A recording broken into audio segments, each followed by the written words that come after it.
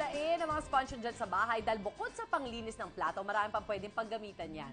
Here are some cleaning tips using a sponge. Ituturo sa atin ni Kate dito sa ating emergency. Yes! Ayan, mga Mars, huwag niyo itatapon yung mga Oh my God, sponges sorry, sa kala ko bahay. nawala si Dasuri.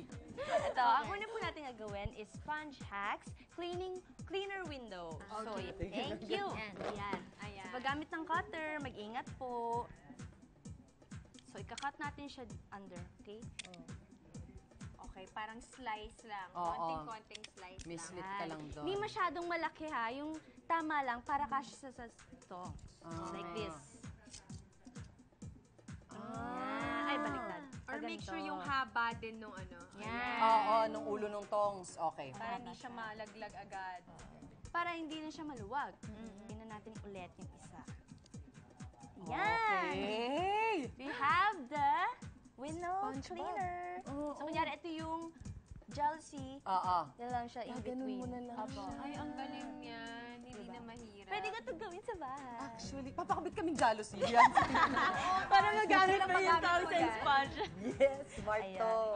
So, finish na natin to. Okay. And the next, second, is the soap and sponge. Ayun, para hindi na kayo mahirapan magdampi-dampi sa mga bar. Para pag hindi kayo mahirapan maghugas ng plato, lalagyan mo na lang siya sa loob ng sponge. Oh, here. Hindi naman siya sa under, sa gilid. Ayan. Hindi din masyadong malaki eh. Baka mahulog ang soap. Correct. Yung maliit lang. Wow. Ayan, para lang siyang sandwich. Grabing galing. So, soak mo lang siya sa water and then you can... Bubula na siya. Correct. Diba? Nice Easy. one. Easy. The next one is the water reservoir for planters. Ayan. French pa. Okay. Reservoir. Reservoir. Ayun, may sponge na pala sa loob. Nabasa. So, ito one more. Hindi na siya natin ika-cut. Kailangan na natin siya ng buo. So, lalagay natin siya inside. Ito siya. Okay. Okay. And the next is yung sand natin. Ayan. Yes. Para hindi kayo, yes, yung tubig na ididilig, maski umalis kayo ng bahay, mga ilang araw kayong wala, di ba? Lalo na ngayong Nandun pa rin yung summer. water. Right? Correct. Kasi Mars, mabilis silang magtuyo ng tubig. Yan, lalagyan natin. Ay, ang galing yan. Ganda ng idea. Totoo. Yan. Mga tama lang. Nice. Then, kukunin natin yung plant. Sorry, kailangan namin ikaw ialisin dyan sa iyong Pinagkakalagyan. Buo pala to. buo pala, sis. Sige, go. One, 1, 2, 3. Nice Yan. one. Teamwork. Very good, Okay. guys. Push mo. Yan. Push mo, Mars. Yan. Yan.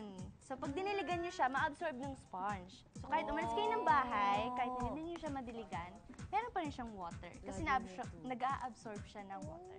Ah, nice one. Siyempre, meron pang isa. And the next. Ayun. Ayun, siyempre, summer. Electric fan. For sure, nanggigitata na ang mga electric Totoo ka fan naman natin. dyan. So, minsan tinatamad akong linisin yung electric fan natin. Oo, kasi ang Diba? hirap linisin ng trabaho, Tatanggalin nyo pa to. Ayan, yung Yes. LC. So, para hindi kayo mahirapan, kumuha lang kayo ng sponge. And then you cut it in cubes. Okay. Ito ang Mag-ingat pa rin ng cutter, okay? Ayun. And then ito po yung finished product. Parang mangga lang, oh. Yes. parang mangga lang actually. diba? Yan ata yung peg Mars. Food Yes. pa rin yung inisip ko. And Gutom then, na kami sa lulutuin mo. ganito po siya. Pwede nyo siya linisin ng ganyan para Ayan, patayo. papasok yung mga dumi. Yung mga edges nung nung sponge. Yan. Lulusot dun sa mga butas, malilinis mo nga naman siya ng maayos. Nice one! Nice one, Kay. O, tuloy mo na. Dito.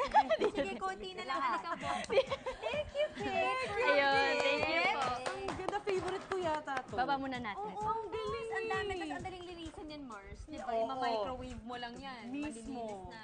I love Okay it. naman. Thank you, Mars. Up next, si Dasri naman ang magpapasikat ng isang dish na paborito ng mga Korean. Ano to, Mars?